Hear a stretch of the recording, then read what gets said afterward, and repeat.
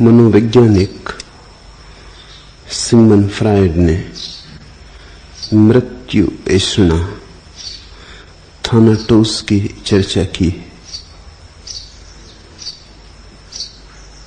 आपने कल जीवेषणा एरोस की चर्चा की। फ्रायड की धारणा को क्या आप आधुनिक युग की आध्यात्मिक विकृति कहते हैं? कृपा करके हमें समझाएं।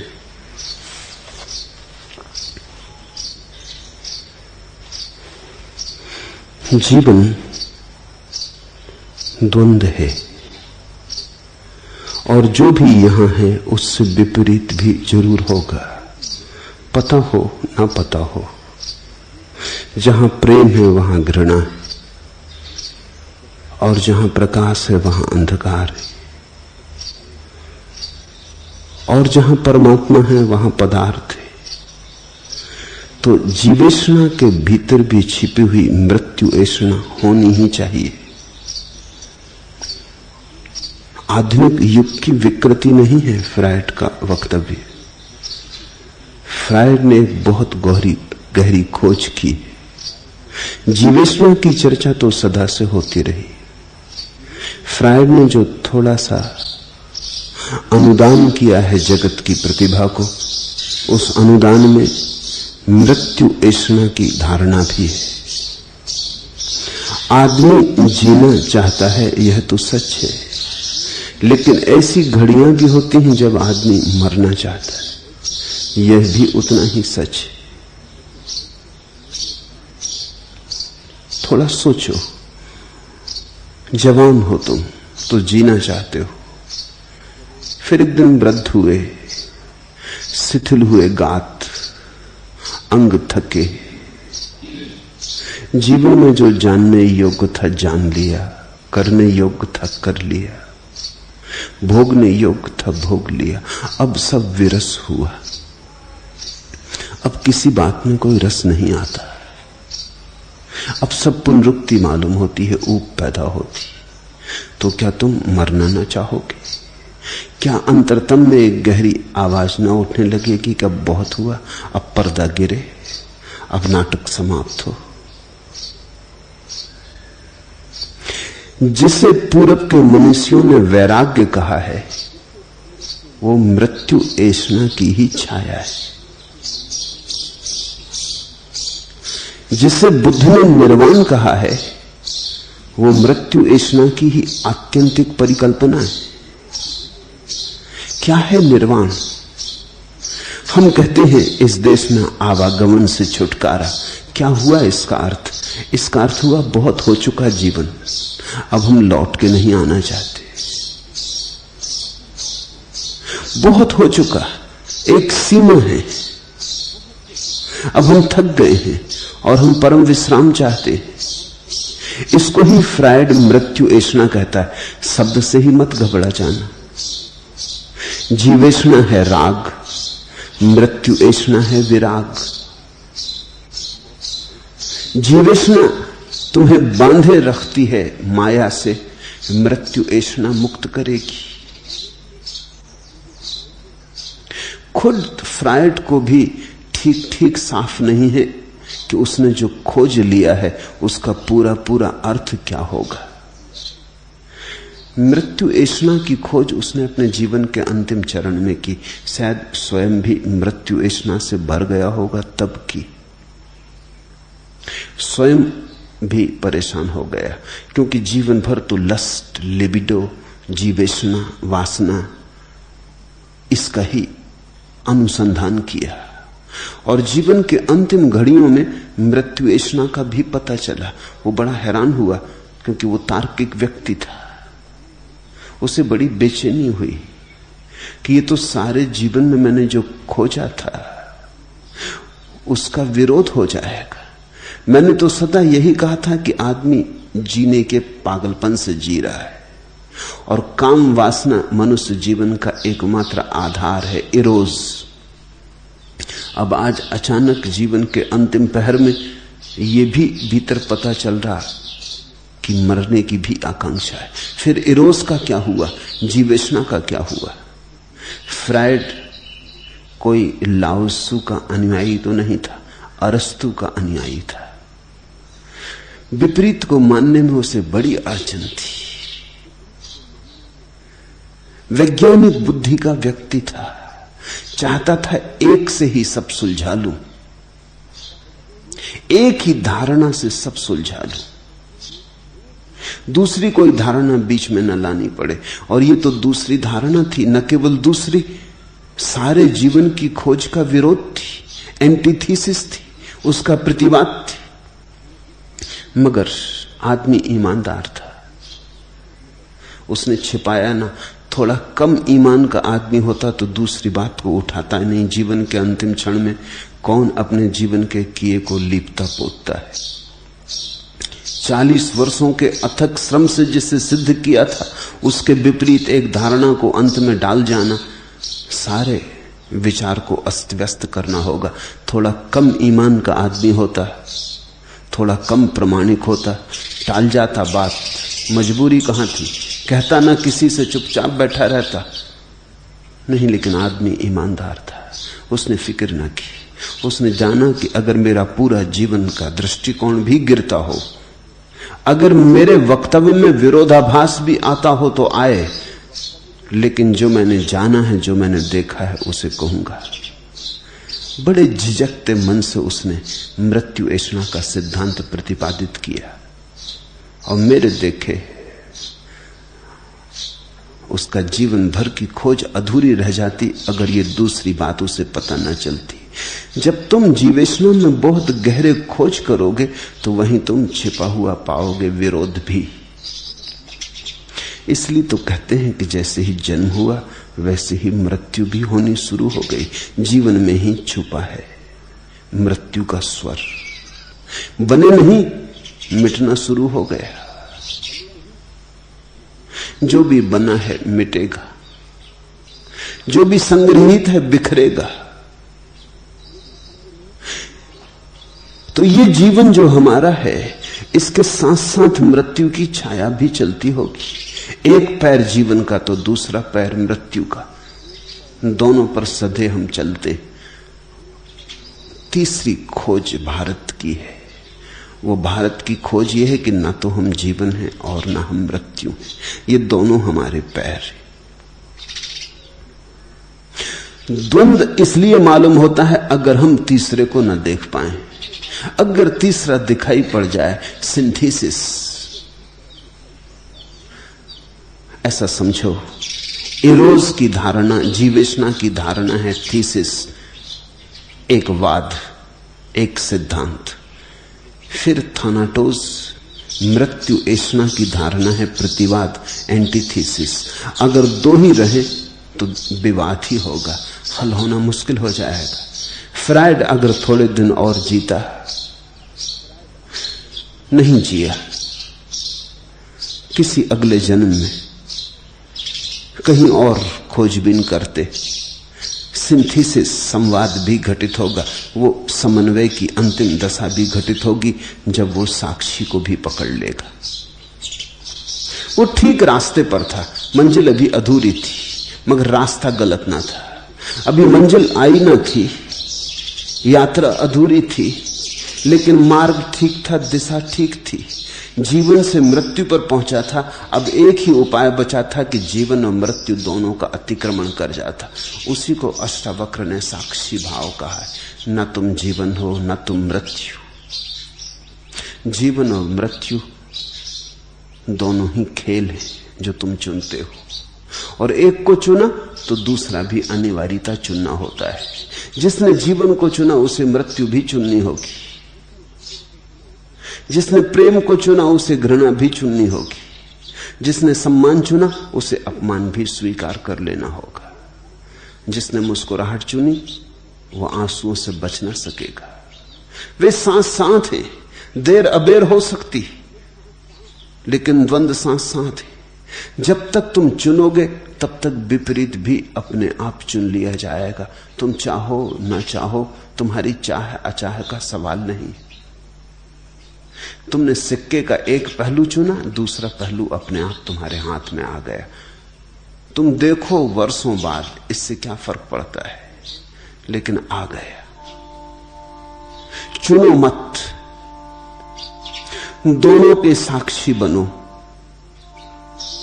तो तुम दोनों के पार हो गए।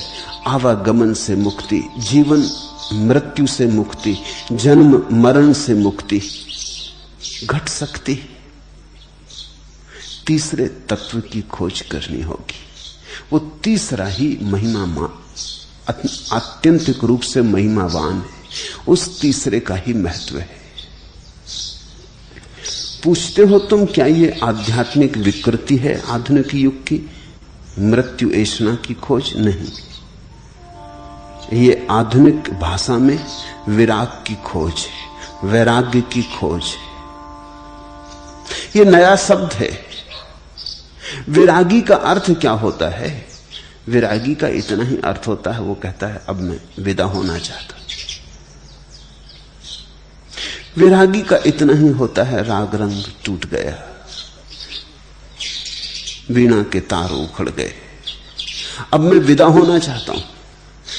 विरागी यही कहता है कि अब यहां घर बनाने योग्य कोई जगह नहीं मालूम होती, मुझे जाने दो।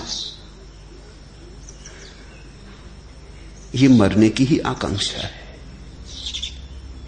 फ्रायड भी ठीक से नहीं समझा। उसने अपनी इस खोज के संदर्भ में ऐसा सोचा कि बुद्ध मृत्यु ऐशना से भरे हुए। एक अर्थ में ठीक, क्योंकि जीवेशना अब नहीं है, अब जीने की कोई आकांक्षा नहीं, वो तृष्णा, वो तन्हा गई,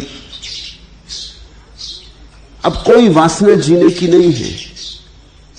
इसलिए फ्रायड ने सोचा कि बुद्ध मृत्यु ऐशना से भरे हैं, और ये बुद्ध का धर्म मरने वालों का धर्म है, निराशा, अवसाद, संताप से भरे लोगों का धर्म है, नकारात्मक है। थोड़ी दूर चला, लेकिन पूरी बात उसकी पकड़ में ना आई।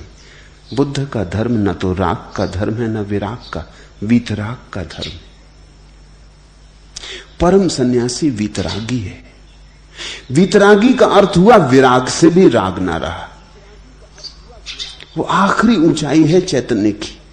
राग से राग ना रहे तो विराग, फिर विराग से भी राग ना रहे तो वीतराग। संसारी संसार से छूटने लगे तो सन्यासी, फिर सन्यास के भी ऊपर उठने लगे तो वीतराग। विराग में भी थोड़ा राग तो रहता, विराग से हो जाता। कोई धन से राग करता है, कोई निर्धनता से राग करने लगता, कोई कहता है निर्धनता में बड़ा सुख है, कुछ ना हो पास तो बड़ा सुख है। कोई वस्त्रों से राग करता, कोई कहता नग्न होने में बड़ा सुख है, दिगंबर हो जाने में बड़ा सुख है। कोई कहता है स्त्रियां चाहिए तो सुख है, पुरुष चाहिए तो सुख है, सुंदर देह चाहिए तो सुख है। कोई कहता है नहीं, स्त्रियों से दूर, पुरुषों से दूर, देहों से दूर, जंगल में, एकांत में, अकेले में, जहां कोई ना बचे, वहां सुख है। लेकिन ये एक ही सिक्के के पहलू हैं, एक दूसरे के विपरीत मालूम होते पर एक दूसरे के सहयोगी हैं। वीतराग की दशा है दोनों के पार, पूरा सिक्का छोड़ दिया हाथ से। कृष्णमूर्ति जिस अवस्था को चॉइसलेसनेस कहते, निर्विकल्पता, चुनाव का अभाव, फ्रायड उसके करीब आता जरूर। आदमी अनूठा था, लेकिन उसकी अपनी सीमाएं थी, और पूरब के धर्मों से वो कभी ठीक से परिचित नहीं हुआ। उसके मन को ईसाईयत और यहूदी धर्मों ने बड़े विरोध से भर दिया था। ईसाईयत और यहूदी धर्म की कोई बड़ी ऊंची अभिव्यक्तियां नहीं, बड़ी साधारण अभिव्यक्तियां हैं। क्राइस्ट तो ठीक वही है जहां बुद्ध है, लेकिन ईसाईयत उस ऊंचाई को नहीं पहुंच सकी जहां बुद्ध के अनुयायियों ने बुद्ध के विचार को पहुंचाया, उस परिशुद्धि को, उस प्रज्ञा को। मोजेस तो वही है जहां लाओत्सु है, लेकिन यहूदी मोजेस को वहां ना उठा सके जहां लाओत्सु के शिष्यों ने लाओत्सु को उठाया और लाओत्सु के विचार पर आकाश में एक ताना बाना बुना, अत्यंत परिशुद्ध। ईसाईयत और यहूदी धर्म की बड़ी साधारण अभिव्यक्तियां हैं, बड़ी प्राथमिक, परिष्कार नहीं है। राजनीति ज्यादा है, धर्म कम है। व्यवसाय ज्यादा है, धर्म कम है। धर्म औपचारिक मालूम होता है। रविवार को चर्च हो आता है, आदमी वो सोच लेता है बात पूरी हो गई, रविवारी धर्म है, बाकी 6 दिन कोई प्रयोजन नहीं। थोड़ी बहुत प्रार्थना को जगह, ध्यान के लिए कोई जगह नहीं, समाधि की कोई धारणा नहीं, इसलिए बहुत ऊंचाई की बात नहीं थी। फ्रायड सिर्फ इन 2 धर्मों से परिचित था। पूरब के धर्म, उपनिषद, ताओ ते किंग, ज़ेन, तंत्र, तिलोपा, बोधि धर्म, नागार्जुन, वसुबंधु, धर्मकीर्ति, इनकी कोई पहचान उसे न थी। ऐसे कमल भी खिले हैं, इसका उसे कुछ पता न था, इसलिए उसकी सीमाएं थी। उसने पश्चिम के साधारण धर्मों को ही धर्म मान लिया। धर्म की गहरी समझ चाहिए हो तो पूरब में ही डुबकी लगानी जरूरी, जैसे विज्ञान की गहरी समझ चाहिए हो तो पश्चिम में डुबकी लगानी जरूरी।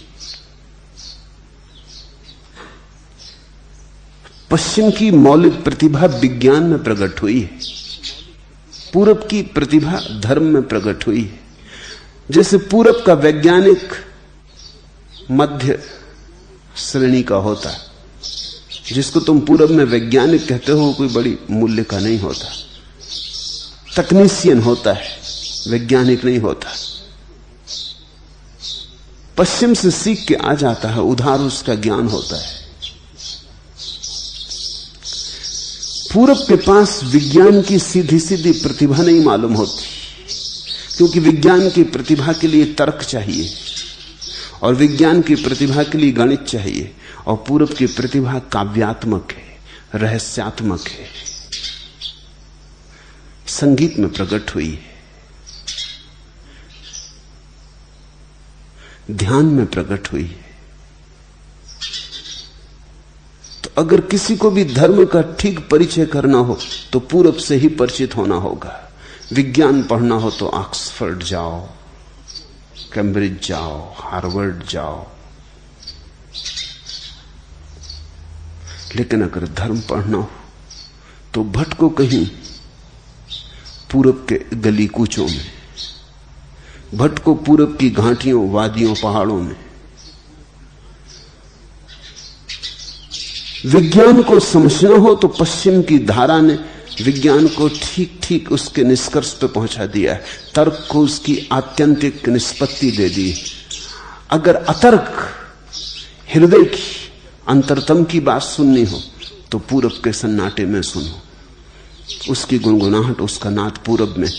फ्रायड की सीमा थी, वो पूरब से परिचित न था।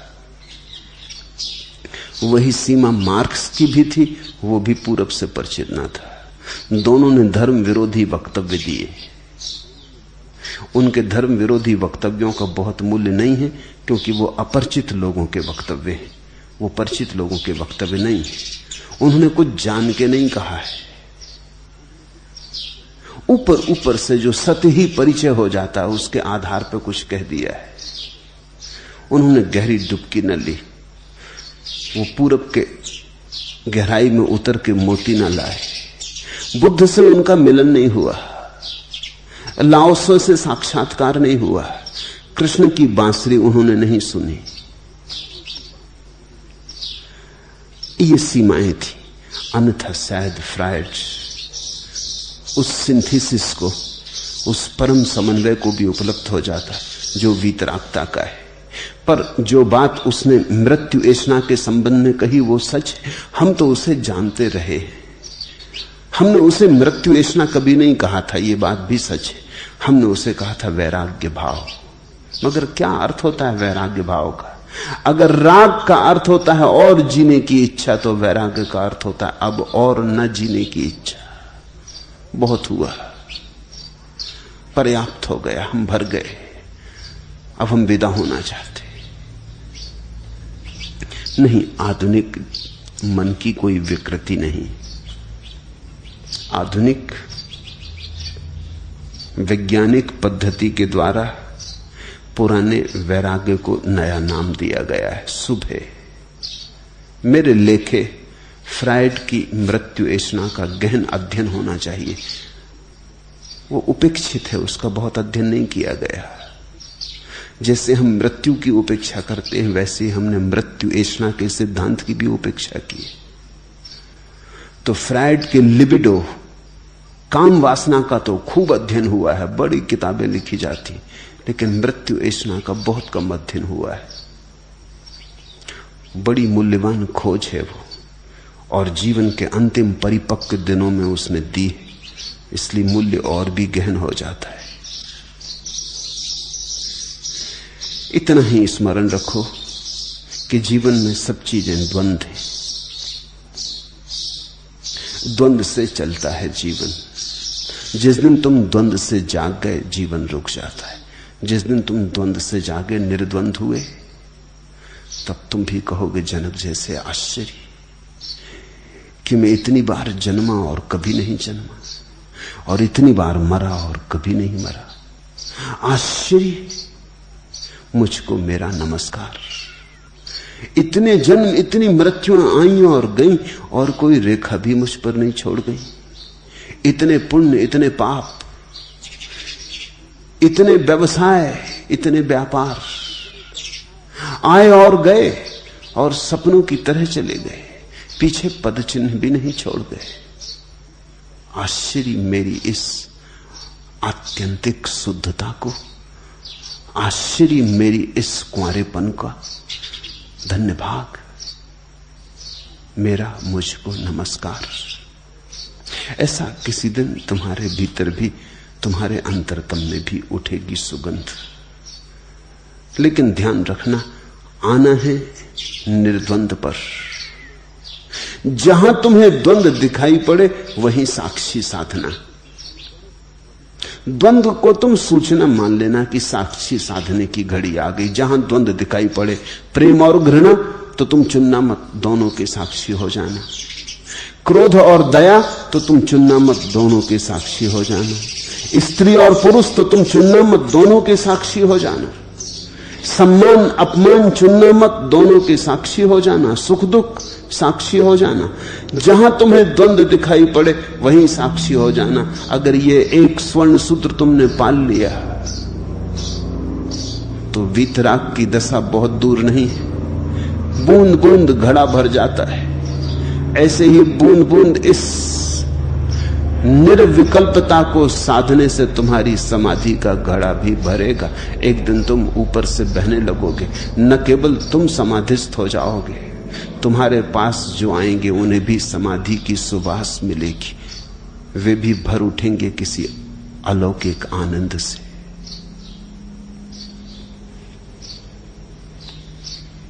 दूसरा प्रश्न,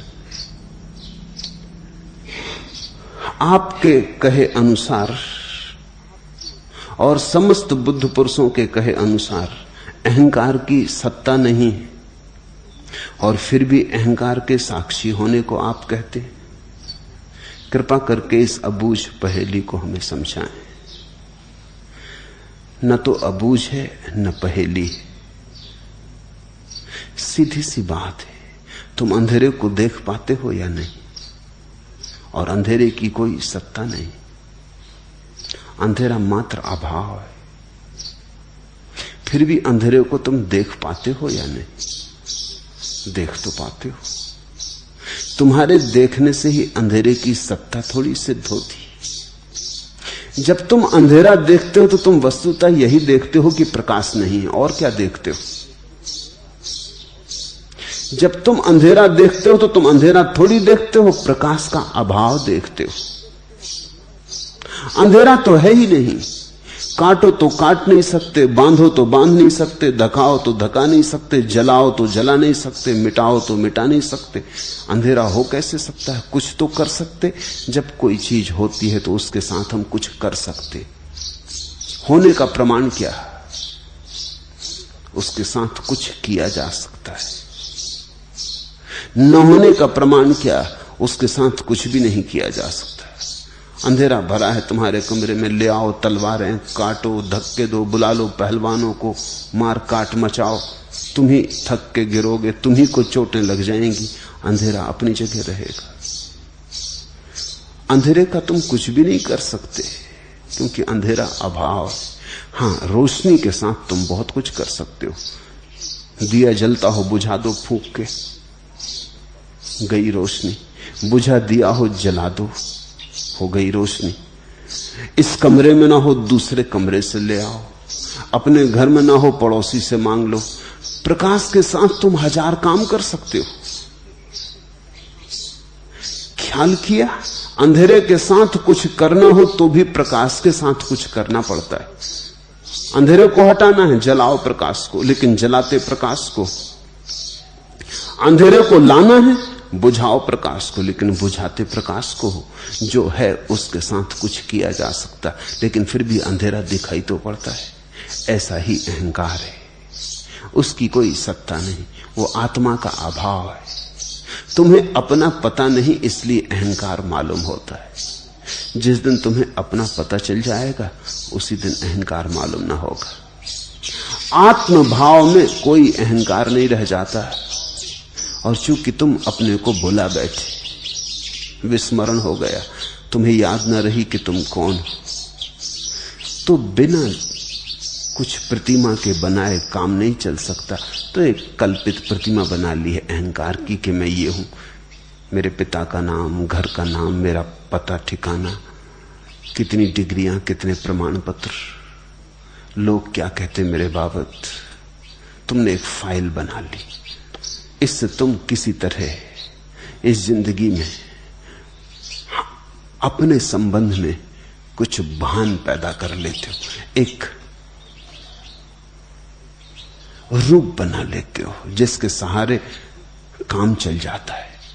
अन्यथा बड़ी मुश्किल हो जाएगी। कोई तुमसे पूछे कि तुम कौन हो, और अगर तुम सच्चा उत्तर देना चाहो तो तुम खड़े रह जाओगे। वो आदमी फिर पूछे कि भाई बोलते नहीं तुम कौन हो, और तुम कंधे बिचकाओ। यही सच्चा होगा उत्तर, क्योंकि पता तो तुमको भी नहीं कि तुम कौन हो। तो वो आदमी तुम्हें पागल समझेगा। कहां से आ रहे हो तुम कोई उत्तर नहीं दे सकते नहीं, क्योंकि तुम्हें पता नहीं कहां से आ रहे हो। कहां जा रहे हो कुछ पता नहीं, तो तुम पागल ही समझे जाओगे। बड़ी मुश्किल हो जाएगी अगर सभी लोग इस तरह करने लगे। अगर सभी लोग छोड़ दें झूठी मान्यताएं अपने संबंध में, तो बड़ी कठिनाई खड़ी हो जाएगी। झूठी मान्यताएं इस झूठे समाज में उपयोगी है।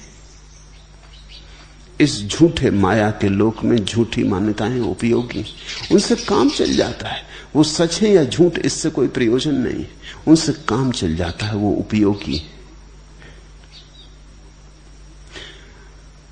इसीलिए तो लोग जब स्वयं की खोज पे निकलते हैं तो बड़ी घबराहट पकड़ती, क्योंकि ये सब झूठी मान्यताएं हटानी होती। जिनको सदा सदा से माना कि मेरा ये नाम है, मेरा ये पता ठिकाना, मेरा ये देह, मैं देह, मेरा ये मन, मेरे ये विचार, मेरा ये धर्म, मेरा ये देश, सब खोने लगते। इन सबके साथ ही मेरा मैं भी बिखरने लगता, पिघलने लगता। तिरोहित होने लगता है। एक घड़ी आती है कि तुम शून्य सन्नाटे में रह जाते हो, जहां तुम्हें पता ही नहीं होता कि तुम कौन हो। उस घड़ी को जीने का नाम तपश्चर्या है। वो घड़ी बड़ी तप की जब तुम्हें बिल्कुल पता नहीं रहता कि मैं कौन। जब तुम्हारे सब धारणा के बनाए हुए महल भूमिसात हो जाते, जब तुम निबिड़ अंधकार में शून्य में खड़े हो जाते हो, प्रकाश की एक किरण नहीं मालूम होती कि मैं कौन हूं। ईसाई फकीरों ने इसके लिए ठीक नाम दिया, dark night of the soul, आत्मा की अंधेरी रात। और इसी अंधेरी रात के बाद सुबह। जो इससे गुजरने से डरा वो सुबह तक कभी नहीं पहुंच पाता। तो पहले तो झूठी धारणा छोड़नी होगी, झूठा तादात्म्य छोड़ना होगा। एक घड़ी आएगी कि तुम सब भूल जाओगे कि तुम कौन हो, बिल्कुल पागल जैसी दशा होगी। अगर तुम हिम्मतवर रहे और इस घड़ी से गुजर गए तो एक घड़ी फिर से आएगी जब सुबह का सूरज निकलेगा। पहली दफा तुम्हें पता चलेगा तुम कौन हो। जब तुम्हें पता चलता है कि वस्तुता तुम कौन हो, यथार्थता तुम कौन हो, परमार्थता तुम कौन हो, तब तुम जानते हो कि अहंकार एक व्यवहारिक सत्य था। ये बात समझ लेनी चाहिए। व्यवहारिक सत्य और पारमार्थिक सत्य के बीच का भेद समझ लेना चाहिए। एक कागज का टुकड़ा मैं तुम्हें देता हूं और कहता हूं ये 100 रुपए का नोट। तुम कहते हो ये कागज का टुकड़ा है।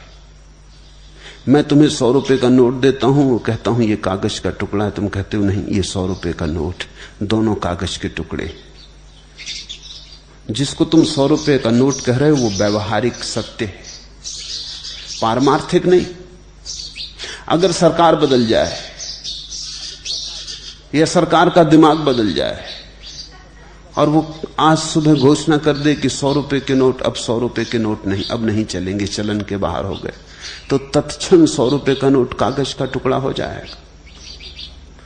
लोग निकाल के घूरों पर फेंक आएंगे। क्या करेंगे? कल तक इतना संभाल संभाल के रखते थे, अब बच्चों को खेलने को दे देंगे कि खेलो, कागज की नाव बना के नदी में चला दो। क्या करोगे? व्यवहारिक सत्य था, माना हुआ सत्य था, माना था इसलिए सत्य था, सबने मिलकर माना था इसलिए सत्य था, सबने इनकार कर दिया, बात खत्म हो गई। अहंकार व्यवहारिक सत्य है, 100 रुपए का करेंसी नोट है, मानो तो है और जिंदगी के लिए जरूरी भी है। मैं तुमसे ये नहीं कह रहा हूं कि तुम अहंकार को छोड़कर जिंदगी में अड़चन बन जाओ। मैं तुमसे ये कह रहा हूं कि अहंकार से जाग जाओ। इतना समझ लो कि ये व्यवहारिक सत्य है, पारमार्थिक नहीं। इसका उपयोग करो, भरपूर करना ही होगा,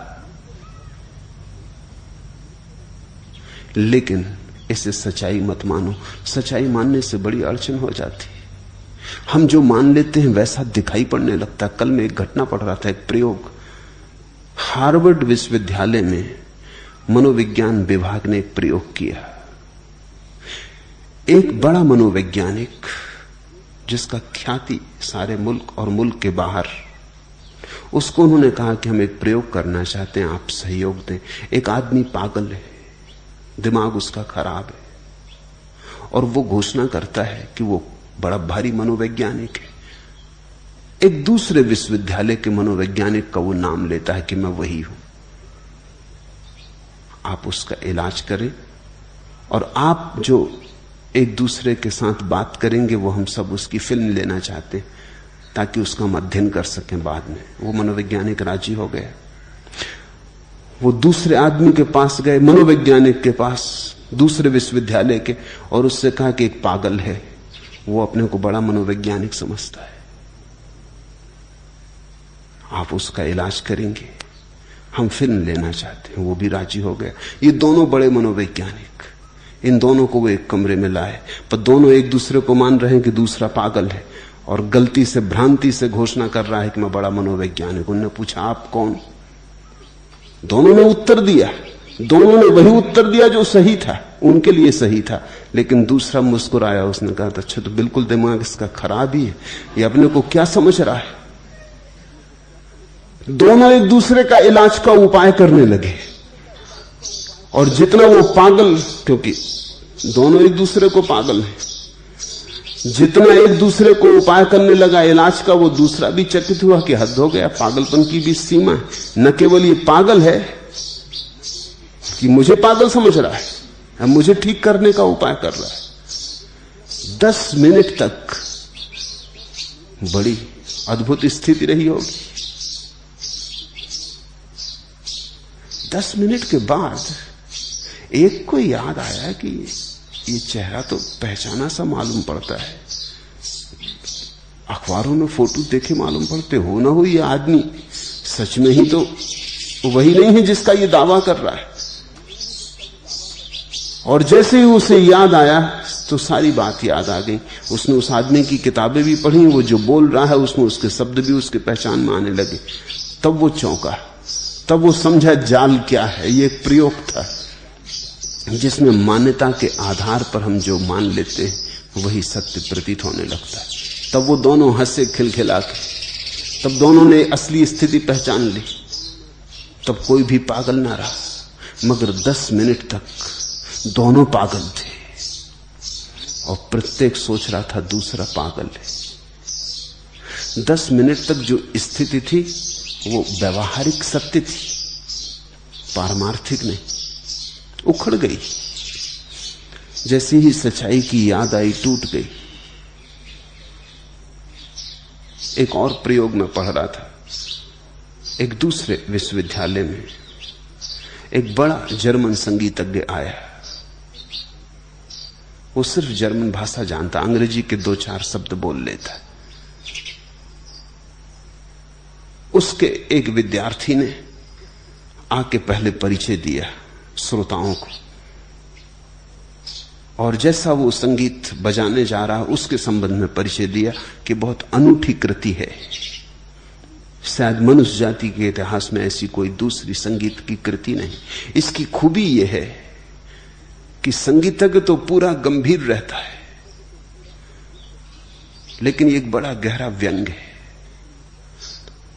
और आप अभागे हैं कि आपको जर्मन नहीं आती और आप पूरा न समझ पाएंगे, लेकिन जर्मनी में जहां भी उसने अपने ये संगीत का प्रदर्शन किया है वहां लोग लोटपोट हो जाते, हंसी के फव्वारे छूट जाते, लोग पेट पकड़ लेते हैं, लोगों के पेट में दर्द होने लगता है। और खूबी यह है इस संगीतज्ञ की कि वो लेकिन अपनी गंभीरता, गुरु गंभीरता बनाए रखता, वो मुस्कुराहट भी नहीं आती। जैसे जैसे लोग हंसते हैं वो और भी गंभीर होता जाता है, यही तो उसकी खूबी है। और इसी से वो हंसी और भी बढ़ती चली जाती, वो नाराज तक होने लगता है, वो चिल्लाने तक लगता है कि तुम क्या कर रहे हो, मगर वो सारे व्यंग का हिस्सा है कि वो अपनी गंभीरता को गहन रखता है, और गंभीरता के गहन रखने के कारण पृष्ठभूमि में व्यंग और भी प्रगाढ़ हो जाता है, पैना हो जाता है। फिर संगीतज्ञ आया, उसने अपना संगीत का प्रदर्शन शुरू किया। वो विद्यार्थी उसके पीछे खड़ा हो गया। अब लोग भाषा नहीं जानते, मगर तैयारी है उनकी।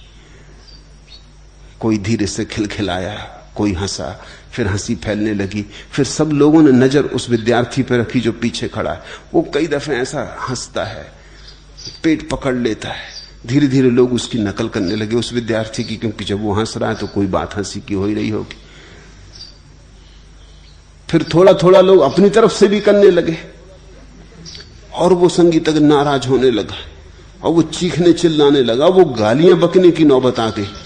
वो छोड़ के खड़ा हो गया। उसने जो 2-4 शब्द उसको अंग्रेजी के आते थे उसमें समझाया कि क्या नालायकी, ये मैं एक गंभीर, अति गंभीर संगीत पेश कर रहा हूं, और ये क्या पागलपन, और तुम्हें भाषा भी समझने नहीं आती, तुम लोटपोट हुए जा रहे। तब लोगों ने निवेदन किया कि हमको पहले बताया गया है। उनने इधर उधर देखा, वो विद्यार्थी नदारत है, वो जा चुका है, वो प्रयोग पूरा हो गया। वहां कुछ भी हंसी जैसी बात न थी। वो जो गा रहा था गीत वो बड़ा दुखांत था, लेकिन धारणा अगर पकड़ जाए तो व्यवहारिक रूप से सत्य मालूम होने लगती। अहंकार एक धारणा है, सभी को पकड़ी है, और खूब उस धारणा के नीचे सभी की छातियां दबी, लेकिन है केवल व्यवहारिक सत्य। उपयोगी है निश्चित, यथार्थ नहीं। उपयोग खूब करो, लेकिन भूल के भी अपने को अहंकार मत समझ बैठना। काम ले लो, लेकिन अहंकार के वशीभूत मत हो जाना। इतना ही प्रयोजन है साक्षी भाव का कि तुम साक्षी भाव से देखो कि क्या व्यवहारिक है, क्या पारमार्थिक है, क्या वस्तुता है और क्या है केवल मान्यता के आधार पर। एक सूफी कथा है, एक आदमी था, उसे अपनी परछाई से घृणा हो गई। न केवल परछाई से घृणा हो गई, उसे अपने पद चिन्हों से भी घृणा हो गई। उस आदमी को अपने से ही घृणा थी। जब अपने से घृणा थी तो अपने पद चिन्हों से भी घृणा हो गई, और जब अपने से घृणा थी तो अपनी छाया से भी घृणा हो गई। वो बचना चाहता था, वो चाहता था कि ये छाया मिट जाए, और वो चाहता था कि मैं कोई पद चिन्ह पृथ्वी पर न छोड़ूं, मेरी कोई याद न रह जाए, मैं इस तरह मिट जाऊं कि जैसे मैं कभी हुआ ही नहीं। वो भागने लगा छाया और पद चिन्हों से बचने को। वो खूब दूर मीलों भागने लगा, लेकिन जितना ही वो भागता, छाया उसी के साथ घसीटती हुई भागती। वो जितना भागता उतने ही पद चिन्ह बनते। आखिर उसकी बुद्धि ने कहा कि तुम ठीक से नहीं भाग रहे, तुम तेजी से नहीं भाग रहे। उसके तर्क ने कहा कि इस तरह काम ना चलेगा, ऐसे तो तुम भागते रहोगे, छाया साथ लगी। तुम्हारे दौड़ने में जितनी गति होनी चाहिए उतनी गति नहीं है, गति से दौड़ो। तुम जितनी तेजी से दौड़ रहे हो उतनी तेजी से तो छाया भी दौड़ रही, इसलिए छाया भी उतना दौड़ सकती। इतने दौड़ो कि छाया ना दौड़ सके, तो संबंध टूट जाए। तो वो इतना ही दौड़ा, और कहते हैं गिरा और मर गया। सूफी इस कहानी की व्याख्या करते, वो कहते हैं ऐसी ही आदमी की दशा है। कुछ है यहां जो छाया को भरने में लगे, जो छाया पर हीरे मोती लगा रहे हैं, जो छाया को सोने से मढ़ रहे हैं। वो कहते हैं ये हमारी छाया है, इसे हम सजाएंगे, इसे हम रूपवान बनाएंगे, इस पर हम इत्र छिड़केंगे, इस पर हम मखमल बिछाएंगे। ये हमारी छाया है। ये किसी गरीब गुरबे, किसी भिखमंगे की छाया नहीं। ये ऐसे सड़क के कंकड़ पत्थरों पे ना पड़ेगी, ये सिंहासनों पे पड़ेगी, ये स्वर्ण पटे मार्गों पर पड़ेगी। राजाओं को चलते देखा, जब वो चलते हैं तो आगे उनके मखमल बिछाई जाती, उनके पद चिन्ह मखमल पे पड़ते। ये कोई साधारण आदमी थोड़ी कि मिट्टी पर, साधारण मिट्टी पे तो सभी के पद चिन्ह पड़ते। एक है जो इस छाया को सजाने में लगे, ये एक तरह का पागलपन। फिर दूसरे हैं जो इस छाया से भयभीत हो गए, भगोड़े, तथाकथित साधु संत, संसारी छाया को सजाने में लगे, छाया के आसपास महल बना रहे। और जिनको तुम गैर संसारी कहते हो, विरागी कहते हो, वो भाग खड़े हुए, वो भाग रहे हैं कि छाया से दूर निकल जाएं। और छाया है नहीं। सजाओ तो भ्रांति है, भागो तो भ्रांति है। दोनों हालत में तुम मरोगे। कुछ सजाते सजाते गिर पड़ेंगे, कुछ भागते भागते गिर पड़ेंगे। सूफी कहते हैं काश उस पागल आदमी को इतनी अकल होती कि मैं छाया में जाके बैठ जाऊं किसी वृक्ष की, तो छाया मिट जाती। छाया बनती है जब तुम सूरज के सामने खड़े होते हो, सूरज के नीचे खड़े होते हो। छाया बनती है जब तुम धूप में खड़े होते हो, प्रकाश में खड़े होते हो। छाया बनती है जब तुम अहंकार की घोषणा करते हो, जब तुम कहते हो देखे दुनिया मुझे, पहचाने दुनिया मुझे, पड़े प्रकाश सारी दुनिया का मुझ पर।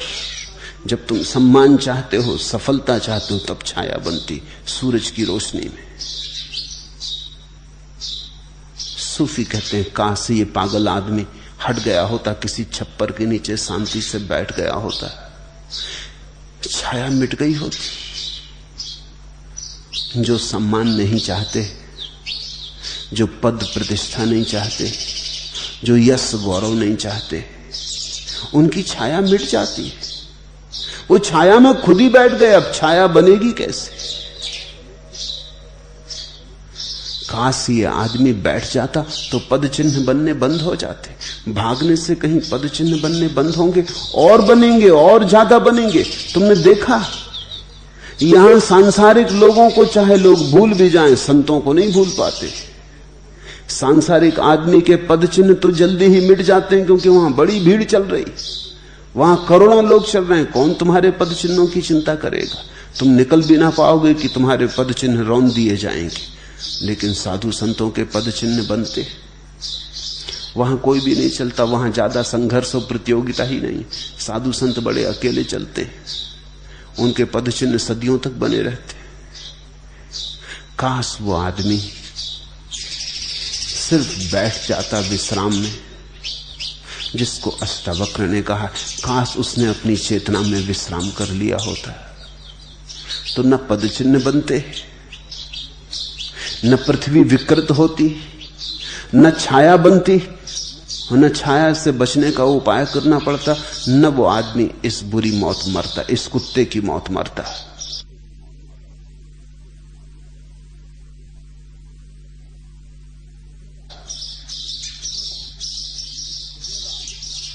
अहंकार कुछ है नहीं जिससे छूटना है, सिर्फ जाग के देखना है कि कुछ भी नहीं है, छाया मात्र है। तुम व्यर्थ ही भागे जा रहे, व्यर्थ ही परेशान हो रहे हो। बैठ जाओ, कुछ भी नहीं है। एक व्यवहारिक उपयोगिता है, उपयोग कर लो।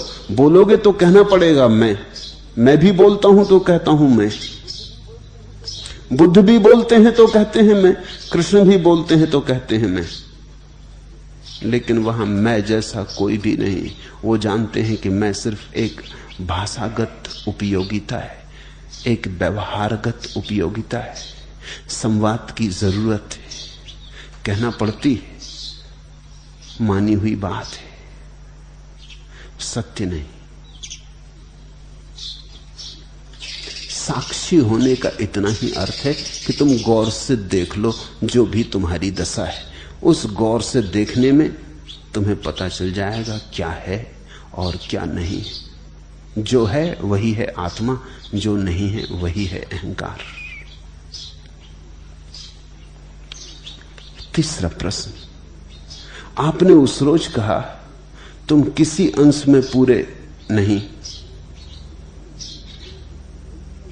तुम किसी अंश में नहीं, पूरे के पूरे गलत हो। जो भी हो गलत ही हो। इसका क्या कारण? अहंकार या अज्ञान, दर्प या भ्रांति? और क्या अहंकार और अज्ञान अन्योन्याश्रित है? पहली बात, ये सब नाम ही है एक ही बीमारी के अलग अलग। जैसे कि तुम्हें कोई बीमारी हो, तुम आयुर्वेदिक चिकित्सक के पास जाओ, वो कुछ नाम बताए, वो कहे कि तुम्हें दमा हो गया। और तुम जाओ एलोपैथिक चिकित्सक के पास और वो कहे कि तुम्हें अस्थमा हो गया। तो तुम इस चिंता में मत पड़ना कि तुम्हें दो बीमारियां हो गई, कि तुम बड़ी मुश्किल में पड़े, दमा भी हो गया, अस्थमा भी हो गया। फिर तुम जाओ किसी और यूनानी हकीम के पास और किसी होम्योपैथ के पास, और वो अलग अलग नाम देंगे, क्योंकि वो अलग अलग भाषाएं हैं, उनकी अलग पारिभाषिक शब्द हैं। आदमी की बीमारी तो एक है, कहो अज्ञान, कहो अहंकार, कहो माया, कहो भ्रांति, कहो बेहोशी, मूर्छा, प्रमाद, पाप, विस्मरण, जो तुम कहना चाहो। बीमारी एक है, नाम हजार है। तो पहली बात तो ये स्मरण रखना कि तुम्हारी बीमारियां बहुत नहीं। इससे भी मन हल्का हो जाएगा कि एक ही बीमारी, और तुम्हें हजारों बीमारियों का इलाज भी नहीं करना। नहीं तो बीमारी इलाज मार डालेंगे। बीमारी तो एक तरफ रहेगी, औषधि मार डालेंगे। तुम्हारी बहुत बीमारियां नहीं हैं। माया, मत्सर, लोभ, मोह, क्रोध, ये सब अलग अलग बीमारियां नहीं हैं। ये एक ही बीमारी की अलग अलग अभिव्यक्तियां, अलग अलग रूप रंग है। ये एक ही बीमारी के अलग अलग नाम है। अहंकार बिल्कुल ठीक है नाम, मुझे पसंद, क्योंकि इस मैं भाव से ही सब पैदा होता। मैं भाव से मेरा पैदा होता, मेरे से सारा माया मोह बनता। मैं भाव से जरा जरा में क्रोध आता, जरा चोट लग जाए तो क्रोध आ जाता। मैं भाव से दूसरों के प्रति निंदा पैदा होती, अपने को ऊंचा करने का, दूसरों को नीचा करने की आकांक्षा पैदा होती।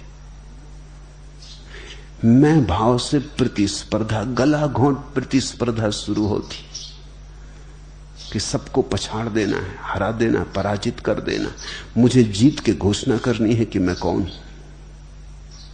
मैं से संघर्ष पैदा होता, विरोध पैदा होता, युद्ध पैदा होता, हिंसा पैदा होती। और जितना ही ये मैं में तुम डूबने लगते हो, उतनी बेहोशी बढ़ती जाती। ये गहरा नशा हो जाता है। तुमने देखा अहंकारी को चलते हुए जैसे हमें शराब पिए हुए।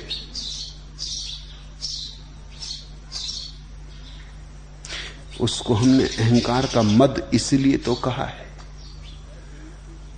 उसके पैर जमीन पे ही नहीं पड़ते और वो तत्क्षण उलझने को तैयार है। वो खोज ही रहा है कि कोई मिल जाए जिसके सामने वो अपने अहंकार को टकरा ले, क्योंकि अहंकार का पता ही टकराहट में चलता है। जैसी टकराहट उतना ही अहंकार का पता चलता है। बड़ी टकराहट तो बड़ा पता चलता है, छोटी मोटी टकराहट तो छोटा मोटा पता चलता है। तो अहंकार शत्रु की तलाश करता है। एक ही नाम काफी है, अहंकार। दूसरी बात, मैंने निश्चित कहा कि तुम किसी अंश में नहीं, पूरे के पूरे गलत हो। यह अहंकार की एक बड़ी बुनियादी व्यवस्था है कि अहंकार तुमसे कहता है कि तुम गलत हो, माना, लेकिन अंश में गलत हो। अंश में तो सभी गलत होते हैं। थोड़ी गलती किसमें नहीं, थोड़ी गलती ही सुधार लेंगे। इससे तुम्हारे जीवन में एक तरह का सुधारवाद चलता है, क्रांति नहीं हो पाती। अहंकार कहता है ये गलत है, इसको सुधार लो। यहां पलस्तर उखड़ गया है, पलस्तर कर दो। यहां जमीन में गड्ढा हो गया है, पाट दो। यहां की दीवार गिरने लगी है, संभाल दो। यहां खंबा लगा दो, यहां नए कपड़े बिछा दो। अहंकार कहता है मकान तो बिल्कुल ठीक है, जरा जरा कहीं गड़बड़ होती है, उसको ठीक करते जाओ, एक दिन सब ठीक हो जाएगा। तो कभी ठीक ना होगा। ये अहंकार के बचाव की बुनियादी तरकीब है कि वो कहता है थोड़ी सी गलती है, बाकी तो सब ठीक है। मैं तुमसे कहना चाहता हूं, जब तक अहंकार है तब तक सभी गलत है। ऐसा थोड़ी होता है कि कमरे के एक कोने में प्रकाश है और पूरे कमरे में अंधकार है। ऐसा थोड़ी होता है कि कमरे के जरा से हिस्से में अंधकार है और बाकी में प्रकाश है। प्रकाश होता है तो पूरे कमरे में हो जाता है, प्रकाश नहीं होता तो पूरे कमरे में नहीं होता। साक्षी जब जागता है तो सर्वांश में जागता है। ऐसा नहीं कि थोड़ा थोड़ा जग गए, थोड़े थोड़े सोए। जब तुम्हारा ध्यान फलता है तो समग्र रूपेण फलता है। इस अहंकार की तरकीब से बचना, नहीं तो तुम एक सुधारवादी, एक रिफॉर्मिस्ट हो जाओगे और तुम्हारे जीवन में वो महाक्रांति न हो पाएगी जो महाक्रांति इस महागीता में जनक के जीवन में हुई। वो क्षण में हो गई, क्योंकि जनक ने देख लिया कि मैं पूरा का पूरा गलत था। इसे मैं फिर दोहराऊं कि या तो तुम पूरे गलत होते हो या तुम पूरे सही होते हो, दोनों के बीच में कोई पड़ाव नहीं। अहंकार को यह बात माननी बहुत कठिन है कि मैं पूरा का पूरा गलत हूं। अहंकार कहता होऊंगा गलत, लेकिन कुछ तो सही होऊंगा। जिंदगी पूरी की पूरी गलत मेरी। मगर यहीं से क्रांति की शुरुआत होती। एक बड़ी प्राचीन कथा है कि एक ब्राह्मण सदा लोगों को समझाता कि जो कुछ करता है परमात्मा करता है। हम तो साक्षी हैं, करता नहीं। परमात्मा ने उसकी परीक्षा लेनी चाहिए। वो गाय बन के उसकी बगिया में घुस गया और उसके सब वृक्ष उखाड़ डाले और फूल चर डाले और घास खराब कर दी और उसकी सारी बगिया उजाड़ डाली। जब वो ब्राह्मण अपनी पूजा पाठ से उठ के बाहर आया, पूजा पाठ में वो यही कह रहा था कि तू ही है करता, हम तो कुछ भी नहीं, हम तो दृष्टा मात्र। बाहर आया तो दृष्टा वगैरह सब भूल गया। वो बगिया उजाड़ डाली थी, वो उसने बड़ी मेहनत से बनाई थी, उसका उसे बड़ा गौरव था। सम्राट भी उसके बगीचे को देखने आता था, उसके फूलों का कोई मुकाबला न था, सब प्रतियोगिताओं में जीतते थे। भूल ही गया सब पूजा पाठ, सब साक्षी इत्यादि। उसने उठाया एक डंडा और पीटना शुरू किया गाय को। उसने इतना पीटा कि वो गाय मर गई। तब वो थोड़ा घबराया कि मैंने क्या कर दिया, गौ हत्या ब्राह्मण कर दे। अब ब्राह्मणों की जो संहिता है मनुस्मृति, वो कहती ये तो महापाप है, इससे बड़ा तो कोई पाप ही नहीं, गौ हत्या।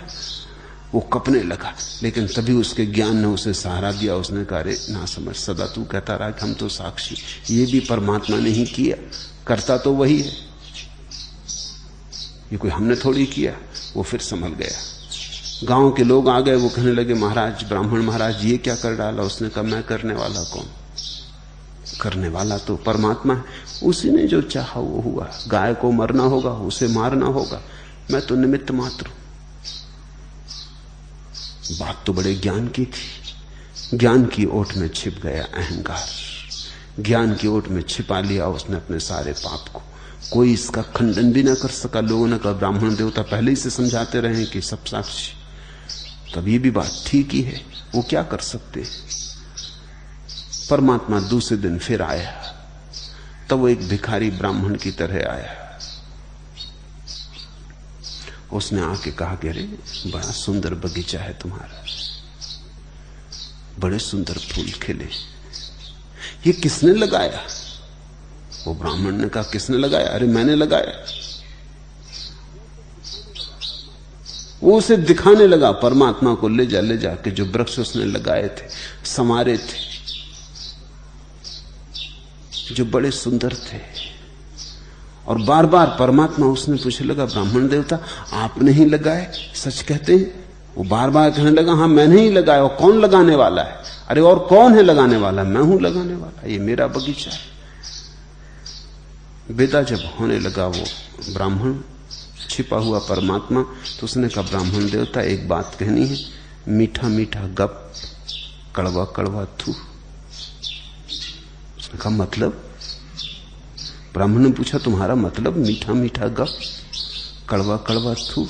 उसने कहा तुम सोच लेना, गाय मारी तो परमात्मा ने, तुम साक्षी थे, और वृक्ष लगाए तुमने, परमात्मा साक्षी। अहंकार बड़ी तरकीबें करता है, मीठा मीठा गप, कड़वा कड़वा थू, और वही उसके बचाव के उपाय। क्रांति तो तब घटित होती जब तुम जानते हो कि सर्वांश में मैं गलत था, समग्र रूपेण में गलत था, मेरा अब तक का होना ही गलत था, उसमें प्रकाश की कोई किरण न थी, वो सब अंधकार था। ऐसे बोध के साथ ही क्रांति घटित होती है और तत्क्षण प्रकाश हो जाता है। सुधारवादी मत बनना, सुधारवादी से ज्यादा तुम सज्जन बन सकते हो। मैं तुम्हें क्रांतिकारी बनाना चाहता हूं। क्रांति तुम्हारे जीवन में संतत्व को लाएगी। तुम्हारे जो संत हैं वो सज्जन से ज्यादा नहीं। वास्तविक संत तो परम विद्रोही होता है। विद्रोह स्वयं के ही अतीत से, विद्रोह अपने ही समस्त अतीत से वो अपने को विच्छिन्न कर लेता है, वो तोड़ देता है सातत्य। वो कहता है मेरा कोई नाता नहीं उस अतीत से, वो पूरा का पूरा गलत था। मैं सोया था अब तक, अब मैं जागा। जब तुम सोए थे तब तुम सोए थे, तब सब गलत था। ऐसा थोड़ी कि सपने में कुछ चीजें सही थी और कुछ चीजें गलत थी। सपने में सभी चीजें सपना थी। ऐसा थोड़ी कि सपने में से कुछ चीजें तुम बचा के ले आओगे और कुछ चीजें खो जाएंगी। सपना पूरा का पूरा गलत है। अहंकार एक मूर्छा है, एक सपना है, उसे तुम पूरा ही गलत देखना। यद्यपि अहंकार कोशिश करेगा कि कुछ तो बचा लो, एकदम गलत नहीं हूं, कई चीजें अच्छी हैं। अगर तुमने कुछ भी बचाया अहंकार से, अहंकार पूरा बच जाएगा। अगर सपने में से तुमने कुछ भी बचा लिया और तुम्हें लगता रहा कि यह सच है, तो पूरा सपना बच जाएगा। क्योंकि जिसको सपने में अभी सच दिखाई पड़ रहा है वो अभी जागा नहीं। इसलिए मैं जोर दे के बार बार कहता हूं, तुम पूरे गलत हो। इससे तुम्हें बेचैनी होती, तुम मुझसे कभी नाराज भी हो जाते हो कि पूरे गलत। ऐसा तो नहीं हो सकता कि हम बिल्कुल ही गलत हों। तुम्हारे अहंकार को मैं कोई जगह बचने की नहीं देता। तुमसे कहता हूं तुम पूरे ही गलत हो। लेकिन इससे तुम उदास मत होना, क्योंकि इससे मैं एक और बात भी कह रहा हूं जो शायद तुम्हें सुनाई ना पड़ रही हो, कि तुम चाहो तो पूरे के पूरे अभी सही हो सकते हो। उस आशा के दीप पर ध्यान दो। अगर पूरे गलत हो तो पूरे के पूरे सही हो सकते हो। अगर तुम थोड़े थोड़े गलत हो, थोड़े थोड़े सही हो, तो तुम थोड़े थोड़े गलत हो, थोड़े थोड़े सही ही रहोगे। तब तुम पूरे के पूरे सही ना हो सकोगे। तब तुम घसीटते रहोगे अपने अतीत को। तब तुम एक मिश्रित खिचड़ी रहोगे, और खिचड़ी होने में सुख नहीं, खिचड़ी होने में नरक है। तुम शुद्ध हो, तुम एक रोशनी से भरो, और उस रोशनी से भरने के लिए इतना ही जानना जरूरी है कि तुमने अभी तक अपने को जो माना है वह तुम नहीं हो। तुम कोई और हो, कोई अज्ञात तुम्हारे भीतर छिपा है। कोई अज्ञात कमल तुम्हारे भीतर खिलने को राजी है। जरा मोड़ो भीतर की तरफ, जरा रुको, किसी छाया में बैठो, धूप में मत भागो। विश्राम, और उसी विश्राम में ध्यान और समाधि। चौथा प्रश्न, कल आपने कहा कि धार्मिक व्यक्ति सदा विद्रोही होता है, तो क्या विद्रोही व्यक्ति सहज हो सकता है? मैंने निश्चित कहा कि धार्मिक व्यक्ति सदा विद्रोही होता है, लेकिन मैंने ये नहीं कहा कि सभी विद्रोही व्यक्ति धार्मिक होते। विद्रोही कोई हो सकता है बिना धार्मिक हुए, लेकिन धार्मिक कोई नहीं हो सकता बिना विद्रोही हुए। तो फिर धार्मिक विद्रोही और विद्रोही में क्या फर्क होगा? जो साधारण विद्रोही है, जिसमें धर्म नहीं है, राजनीतिक सामाजिक विद्रोही है, उस विद्रोही का जीवन कभी सहज नहीं हो सकता। वहां तो बड़ा तनाव होगा, वहां तो 24 घंटे चिंता और बेचैनी होगी। धार्मिक विद्रोही का अर्थ है सहज। विद्रोह करने के लिए विद्रोह नहीं, किसी के खिलाफ विद्रोह नहीं, अपनी सहजता में रहने की आकांक्षा है धार्मिक व्यक्ति का विद्रोह। वो स्वयं में जीना चाहता है। इस स्वयं में जीने में जो चीजें भी बाधा डालती हैं वो उन्हें स्वीकार नहीं करता। उसकी तोड़ने की कोई आकांक्षा नहीं, वो किसी के विरोध में भी नहीं जाना चाहता। वो इतना ही चाहता है कि उसकी स्वतंत्रता में कोई बाधा ना बने। न तो वो किसी की स्वतंत्रता में बाधा बनना चाहता, न किसी को अपनी स्वतंत्रता में बाधा बनने देना चाहता है। धार्मिक विद्रोही प्रतिक्रियावादी नहीं है, वो किसी के विरोध में नहीं है, वो सिर्फ अपने पक्ष में। इस बात को तुम ख्याल में ले लेना। राजनीतिक विरोधी को अपना तो कुछ पता ही नहीं है, वो किसी के विरोध में, जो भी सत्ता में है उसके विरोध में। जिसके हाथ में भी ताकत है उसके विरोध में, क्योंकि ताकत उसके हाथ में होनी चाहिए, अपने हाथ में होनी चाहिए। दूसरे के हाथ में है तो गलत है।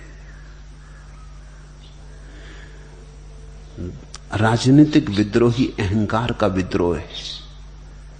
धार्मिक विद्रोही अहंकार का विसर्जन है और सहज स्वभाव में जीने की प्रक्रिया है। इसका यह अर्थ नहीं होता कि धार्मिक व्यक्ति अकारण बाधाएं खड़ी करेगा। नियम है कि बाएं चलो तो वो दाएं चलेगा, ऐसा नहीं। धार्मिक व्यक्ति तो भूल के भी ये झंझट न लेगा दाएं चलने की, क्योंकि दाएं चलो कि बाएं चलो सब बराबर है, इसमें झगड़ा क्या है, वो बाएं ही चलेगा। तुम धार्मिक विद्रोही के जीवन में कोई अकारण झंझट न देखोगे। वो 100 में 99 मौकों पर समाज के साथ ही होगा। समाज के साथ किसी भय के कारण नहीं होगा, ये समझ के होगा कि कुछ चीजें तो औपचारिक हैं, इनमें अर्थ ही क्या है, इनमें झगड़ा क्या करना। लेकिन एक मुद्दे पर जहां भी आत्मा बेचने का सवाल होगा, वो सब कुछ दांव पे लगा देगा। बाएं दाएं चलने में उसे कोई अड़चन नहीं, नियम पालन करने में उसे कोई अड़चन नहीं। लेकिन जहां नियम आत्मघाती होने लगेगा, वहां वो बगावत करेगा, वहां वो राजी नहीं होगा, वहां वो मर जाना पसंद करेगा, ऐसे जीने के मुकाबले जहां आत्मा खो देनी पड़ती हो। धार्मिक व्यक्ति में बड़ी सहजता होगी। तनाव तो पैदा होता है जब हम किसी से संघर्ष करते हैं। धार्मिक व्यक्ति का किसी से कोई संघर्ष नहीं। धार्मिक व्यक्ति का तो अपने में रस है, वो अपने रस के उद्रेक में जीना चाहता है और वो नहीं चाहता कि कोई उसे बाधा दे, वो नहीं चाहता कि किसी को बाधा दे। वो चुपचाप अपने में डूबना चाहता है। बस इस बात में अगर कोई अड़चन डाली जाए तो वो इंकार करेगा, तो वो सूली चढ़ने को राजी रहेगा। लेकिन तुम चकित होगे जान के कि तुम्हारी अंतरात्मा में बाधा कोई देता नहीं। लोगों को अंतरात्मा का पता ही नहीं, बाधा देने का सवाल ही कहां। लोग तो ऊपर ऊपर की बातों में चलते। मैं तुम्हें एक घटना कहूं, रामकृष्ण के बचपन की घटना है। रामकृष्ण बचपन से ही भक्त थे, भजन करते करते बेहोश हो जाते थे। गदाधर उनका नाम था। मां बाप थोड़े चिंतित हुए, जैसे कि सभी मां बाप चिंतित हो जाते कि लड़का कुछ सामान्य नहीं मालूम होता। कोई कहता कि मिर्गी आती, कोई कहता कि मूर्छा आती, कोई कहता कि इसको समाधि लग जाती। अलग अलग लोग, अलग अलग व्याख्याएं थी। और इस लड़के की सामान्य रुचियां भी न थी। न तो ये खेलता बच्चों के साथ, न इसको स्कूल में पढ़ने लिखने में कोई रुचि थी। दूसरी क्लास से आगे रामकृष्ण कभी गए नहीं। जंगल में चला जाता, नदी पोखर के पास बैठ जाता, और कभी छोटी छोटी घटनाएं। एक सुबह पोखर के किनारे बैठे बैठे बगलों की एक कतार आकाश से उड़ी और रामकृष्ण की समाधि लग गई। काली घटाओं में उड़ते हुए सफेद बगलों की पंक्ति पर्याप्त थी। किसी और लोग की याद आ गई। रामकृष्ण का हंस उड़ चला, चले मानसरोवर, छूट गई देह जैसे यही, उड़ चले आकाश में। घंटों बेहोश रहे। मां बाप को लोग सलाह देने लगे, इसकी शादी कर दो। लोग एक ही उपाय जानते, जरा कुछ गड़बड़ दिखाई पड़े शादी कर दो। सब रोगों की एक दवा, झंझट में डाल दो। तो लोगों ने कहा जरा झंझट में डालो। ये कोई झंझट में नहीं, ना स्कूल जाता है, ना कोई काम धाम करता, गीत भजन साधु सत्संग अभी से बिगाड़ रहे हो, अभी बांध दो पैर में झंझट। पर उन्होंने कहा ये करेगा शादी, क्योंकि ये दिखता नहीं शादी करने वाला जैसा। तो रामकृष्ण से डरते डरते पिता ने पूछा कि बेटा तू शादी करेगा? रामकृष्ण ने कहा जरूर करेंगे। पिता भी थोड़े चौंके कि ये क्या मामला है। उनको भी थोड़ा धक्का लगा। सोचते तो यही थे कि ये इंकार करेगा, इंकार करता तो भी धक्का लगता, तो शायद समझाने बुझाने की कोशिश करते, लेकिन इसने इंकार की बात ही नहीं उठाई। इसने कहा करेंगे। किससे करनी? जल्दी ही इंतजाम किया गया। एक लड़की खोजी गई। रामकृष्ण उसको देखने गए दूल्हा बन के। सच संवर के बड़े प्रसन्न थे। मां ने 11 रुपए खीसे में रख दिए थे, उनको बार बार गिन लेते थे फिर रख लेते थे। छोटी उम्र थी, शायद 11 साल से ज्यादा नहीं थी। फिर गए तो भोजन परोसने लड़की आई। उसकी उम्र 7 साल से ज्यादा की नहीं थी, शारदा की उस समय। जब वो भोजन परोसने आई तो 11 रुपए निकाल कर उसके पैर में रख के उन्होंने उसके पैर छू लिए। अब और एक मुसीबत हो गई। बाप ने कहा, ना समझ ये क्या करता है? पहली तो ना समझी कि शादी करने को तैयार हो गया, अब ये क्या किया? उसने कहा कि मुझे तो बिल्कुल मां का स्वरूप मालूम पड़ता है, ये मेरी मां है। शादी तो करेंगे मगर ये है मेरी मां। शादी भी हुई और शारदा मां ही रही। ये सहजता है, इसमें कहीं कोई बगावत नहीं। शादी से इंकार भी ना किया, शादी भी कर ली, पिता को भी प्रसन्न कर दिया, मां को भी प्रसन्न कर दिया। कहा बंधन डालते हो तो बंधन डाल दो। फिर बंधन को चरण छू के नमस्कार करके मां भी बना लिया। ऐसी कारागृह को ही मंदिर बना लिया। ऐसे बंधन ही मुक्ति हो गई। धार्मिक व्यक्ति अकारण उपद्रव में नहीं पड़ेगा, कोई कारण नहीं। राजनीतिक व्यक्ति विक्षिप्त है। राजनीति एक तरह की न्यूरोसिस है, एक तरह का उन्माद है। तो राजनीतिक व्यक्ति तो झगड़े की तलाश में, जब झगड़ा नहीं होता तब वो बड़ा बेचैन होता है कि आप क्या करें। अभी जैसे भारत में अनुशासन पर्व चल रहा है तो राजनीतिक व्यक्ति बड़े बेचैन। कुछ तो भीतर जेल के बंद हैं, वो थोड़ी हालत उनकी ठीक भी है कि कम से कम चलो जेल में तो बंद हैं, कर भी क्या सकते हैं। लेकिन जो बाहर है तुम्हें उनका पता नहीं, वो बड़े कसमसा रहे हैं। वो भीतर ही भीतर डमाडोल हो रहे हैं कि न हड़ताल हो रही, न नारेबाजी, न झंडा हमारा कुछ भी नहीं हो रहा। सब जिंदगी बेकार मालूम होती। तुम्हें पता नहीं कि सब राजनीतिक लोगों की हालत कैसी बुरी है। कुछ करने जैसा नहीं लगता। कोई उपद्रव, कोई उत्पात, वही उत्पात उनका भोजन है। राजनीतिक व्यक्ति उत्पात में रस रखता है। उत्पात करने के लिए वो कारण खोजता है, बड़े सुंदर कारण खोजता है।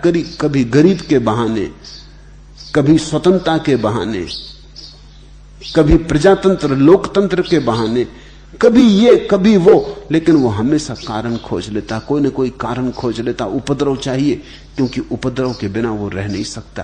राजनीतिक व्यक्ति एक तरह की बेचैनी है। बेचैनी मार्ग खोजती बहने का, उसके लिए कैथारसिस चाहिए, रेचन चाहिए। धार्मिक व्यक्ति एक सहज शांति है। 100 में 99 मौकों पर तो तुम उसे कभी विरोध में ना पाओगे। हाँ, एक मौके पे वो नहीं कहेगा, जरूर कहेगा। और उस मौके पे जब वो नहीं करेगा तो वो नहीं निरपेक्ष नहीं होगी, उसमें कोई शर्त नहीं होगी, उसके हां में बदलने का कोई उपाय नहीं। तुम मार डाल सकते हो सुकरात को, तुम जीसस को सूली पे लटका सकते हो, तुम मंसूर का गला काट सकते हो, लेकिन उस एक मौके पे जब वो नहीं कहता है तो उसकी नहीं शाश्वत है, उसको तुम हां में नहीं बदल सकते, क्योंकि वो उसी एक मौके पे नहीं कहता है जहां उसकी आत्मा को खोने का सवाल है। अन्यथा तो उसके पास खोने को कुछ भी नहीं है, अन्यथा तो सब खेल है।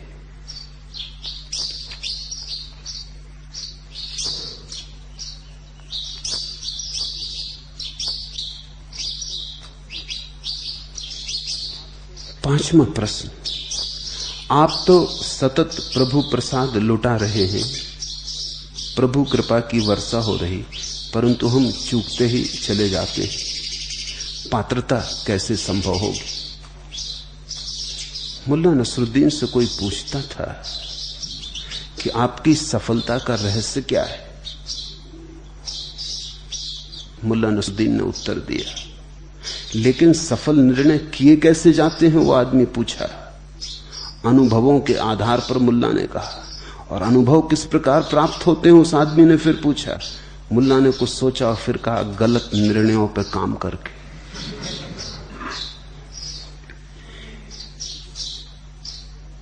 मैं तुमसे कुछ कह रहा हूं, अब तुम ये प्रतीक्षा मत करो कि जब सही निर्णय होगा तब कुछ करेंगे। सही गलत की अभी फिक्र छोड़ो। निर्णय करके तुम कुछ करोगे तो निर्णय कभी होगा नहीं। कुछ करो, उससे निर्णय होता है। तुम मुझे सुनते ही मत रहो, उसे जीवन में उतारो। मैं सागर उंडेल दो तुम में तो किसी काम का नहीं।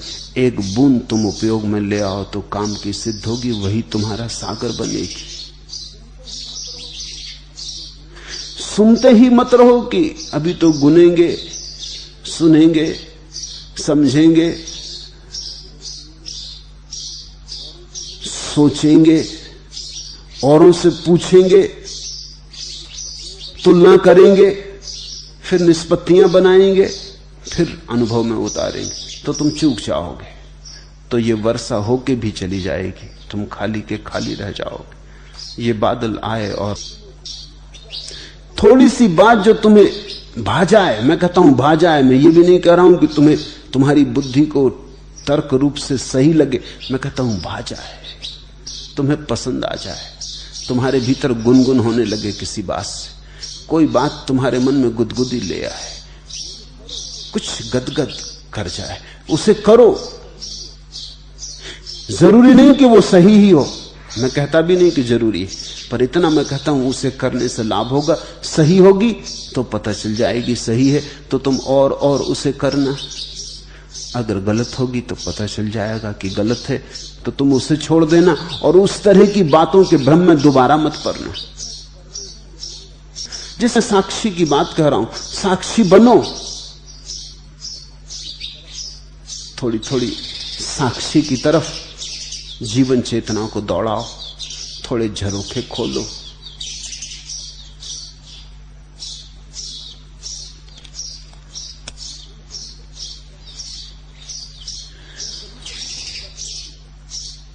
तुम कभी कभी कुछ करते भी हो, ऐसा भी नहीं कि तुम नहीं करते, मगर तुम जो करते हो वहां भी भूल कर जाते हो। वो भूल ऐसी है, अगर तुम क्रोध से भरे हो और मुझे सुनने आते हो तो तुम सुनते वक्त यही तरकीब लगाए रखते हो कि कोई ऐसी कुंजी मिल जाए जिससे क्रोध अलग। मेरी बातें एक दृष्टि से कि शांति का कोई सूत्र मिल जाए शायद, तो बाकी सब सूत्र जो मैं लुटा रहा हूं वो खो जाते, और उन्हीं सबको तुम समझते तो शांति का सूत्र भी समझ में आता। और तुम मैं जो कह रहा हूं अगर अपने संदर्भ में उसको पकड़ोगे तो उसका अर्थ विकृत हो जाएगा, तो क्रोधी क्रोध का दमन करने लगेगा।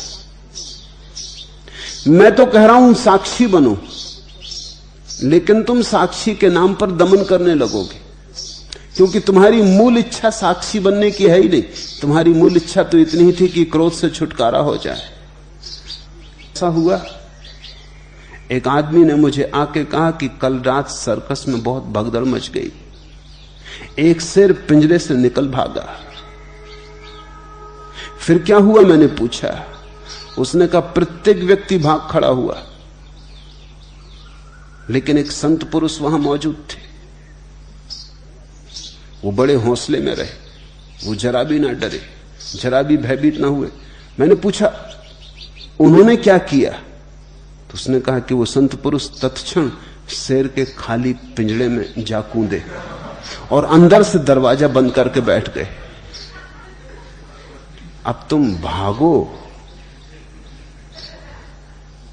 उल्टी नहीं, वस्तुतः तो संत पुरुष ही ज्यादा कुशल आदमी, क्योंकि एक बात पक्की कि सिंह और कहीं जाए पिंजड़े में वापस आने वाला नहीं, अपने से तो आने वाला नहीं। सब जगह खतरा है, सिर्फ पिंजड़े में खतरा नहीं। मैं तुम्हें ऐसे संत पुरुष नहीं बनाना चाहता हूं। लोग संसार से भाग के पिंजड़ों में बंद हो जाते, मंदिर, मस्जिद, गुरुद्वारे पिंजड़े, वहां सिंचों में बैठ जाते, वहां कोई सिंह इत्यादि नहीं आते। लेकिन वो भी बचाव है, जीवन क्रांति नहीं, पलायन है। मुझे ऐसा सुनो कि जैसे कोई कभी पक्षियों के गीतों को सुनता है या वृक्षों में हवा के झोंकों को सुनता है, या पानी की मरमर को सुनता है, या वर्षा में गरजते मेघों को सुनता है। तुम मुझे ऐसे सुनो कि तुम उसमें अपना हिसाब मत रखो। तुम आनंद के लिए सुनो, तुम रस से डूबो। तुम यहां दुकानदार की तरह मत आओ। तुम यहां बैठे बैठे भीतर गणित मत बिठाओ कि क्या इसमें से चुन लें और क्या करें और क्या ना करें। तुम सिर्फ मुझे आनंद भाव से सुनो। स्वांतः सुखाय रघुनाथ गाथा, स्वांतः सुखाय। उस सुख में सुनते सुनते जो चीज तुम्हें गदगद कर जाए उसमें फिर थोड़ी और डुबकी लगाओ। मेरा गीत सुना, उसमें जो कड़ी तुम्हें भा जाए फिर तुम उसे गुनगुनाओ, उसे तुम्हारा मंत्र बन जाने दो। धीरे धीरे तुम पाओगे जीवन में बहुत कुछ बिना बड़ा आयोजन किए घटने लगा।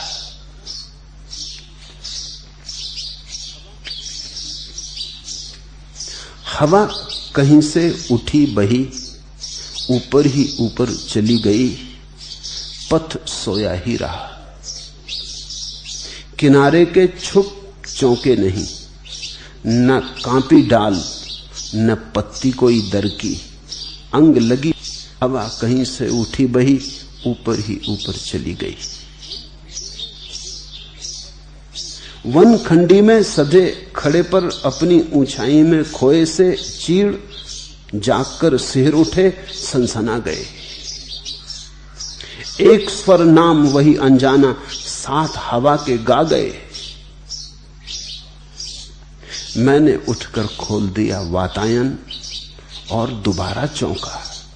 वह सन्नाटा नहीं, झरोके के बाहर ईश्वर गाता था। हवा कहीं से उठी बही, ऊपर ही ऊपर चली गई, पथ सोया ही रहा। तुम पथ की तरह मत सोए रहना, पत्थर की तरह। ये जो हवा में तुम्हारे आसपास उठा रहा हूं,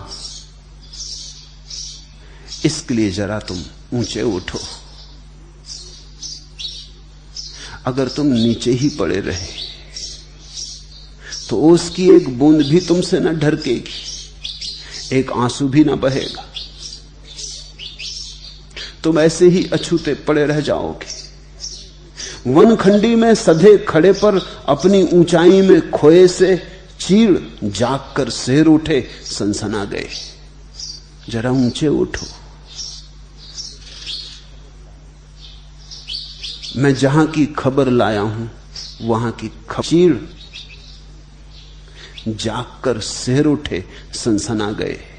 एक स्वर नाम वही अनजाना, साथ हवा के गा गए। मेरे साथ गुनगुना लो थोड़ा। जिस एक की मैं चर्चा कर रहा हूं उस एक की गुनगुनाहट को तुम में भी गूंज जाने दो। एक स्वर नाम वही अनजाना, साथ हवा के गा गए। और तब तुम्हें पता चलेगा कि जैसे खुल गई कोई खिड़की, और जिसे तुमने समझा था सिर्फ एक विचार, वो विचार न था, वो ध्यान बन गया। और जिसे तुमने समझा था सिर्फ एक, वह सन्नाटा नहीं, झरोके के बाहर ईश्वर गाता था। तो थोड़े उठो, थोड़े जगो, थोड़े सधो और छोड़ो अपनी क्षुद्र चिंताएं। उनका हिसाब किताब मत बिठाओ मेरे पास। तुम मुझे पियो। तुम मेरे पास ऐसे रहो जैसे कोई फूल के पास रहता। तुम इसमें से कुछ उपयोग की बातें निकालने की चिंता ना करो, क्योंकि उपयोगिता से ईश्वर का कोई संबंध नहीं है। ईश्वर से ज्यादा अनुपयोगी और कोई वस्तु जगत बाजार में बेच ना सकोगे।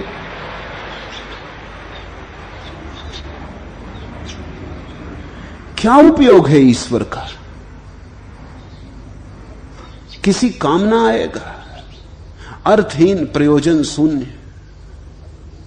मैं तुमसे जो कह रहा हूं, तुमने अगर उसे उपयोगिता की दृष्टि से सुना तो तुम चूक जाओगे। मैं कोई शिक्षक नहीं हूं, मैं तुम्हें कुछ उपयोगी बातें नहीं सिखा रहा हूं जो तुम्हारी जिंदगी में काम आएंगी।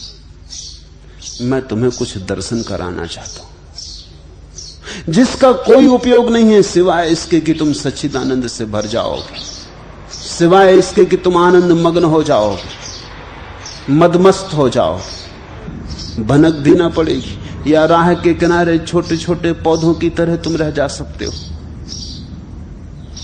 उनके शिखर ही इतने ऊंचे नहीं कि आकाश की हवाएं उन्हें छू सके, तो एक ओस की बूंद भी ना ढरकेगी, एक आंसू भी ना बहेगा, तुम्हें पता भी ना चलेगा कि हवा आई और चली गई। बुद्ध आए, कितनों को पता चला? थोड़े से चीड़ जैसे उठे वृक्ष अपने में खोए से, आकाश में खड़े से, उतंग उनके शिखर पर बुद्ध की हवा छुई। कृष्ण आए, किसने सुना? कृष्ण की बांसुरी सभी तक तो नहीं पहुंची। अष्टावक्र ने कहा, जो मुझे निष्प्रयोजन आनंद से सुनेगा, स्वांता सुखा है तुलसी रघुनाथ गाथा, वही पालेगा। उसके जीवन में धीरे धीरे क्रांति घटनी शुरू हो जाती।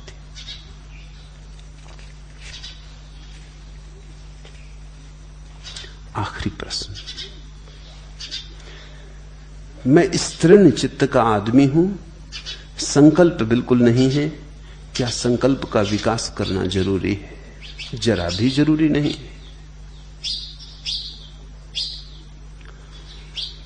समर्पण पर्याप्त है। अपने चित्त को पहचानो, कुछ भी और बदलने की झंझट में पड़ना मत, क्योंकि बदल तुम पाओगे ना। अगर तुम्हारा चित्त भावपूर्ण है तो तुम लाख उपाय करो, तुम उसे संकल्प से ना भर पाओगे। अगर तुम्हारा चित्त हृदय से भरा है तो तुम बुद्धि का आयोजन न कर पाओगे। जरूरत भी नहीं, ऐसी उलझन में पड़ना भी मत, अन्यथा तुम जो हो वो भी न रह जाओगे और जो तुम होना चाहते हो वो तो तुम हो ना सकोगे। गुलाब का फूल गुलाब की फूल की तरह ही चढ़ेगा प्रभु के चरणों में, कमल का फूल कमल के फूल की तरह चढ़ेगा।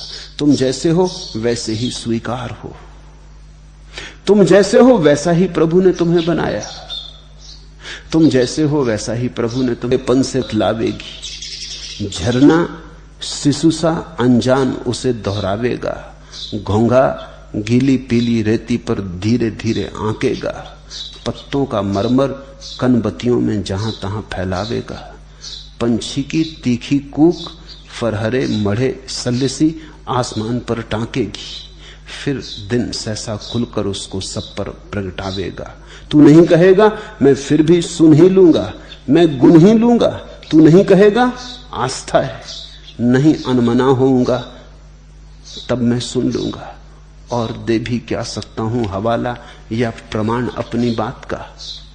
अब से तेरा कर एक वही गह पाए, इस ओर मोड़ दे वह, तेरा पथ मुड़ मुड़ कर सीधा उस तक ही जाएगा।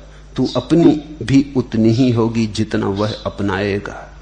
ओ आत्मा री तू गई वरी, महाशून्य के साथ भावने तेरी रची गई। उद्देश्य उसे जो भावे, समर्पण का यही अर्थ है। उद्देश्य उसे जो भावे, लक्ष्य वही जिस ओर मोड़ दे वह, तेरा पथ मुड़ मुड़ कर सीधा उसी तक जाएगा। तेरा पथ मुड़ मुड़ कर सीधा उस तक ही जाएगा। तू अपनी भी उतनी ही होगी जितना वह अपनाएगा। ओ आत्मारी तू गई वरी, महाशून्य के साथ ही कार करेगा। हरिओम तत्सत। आज इतना।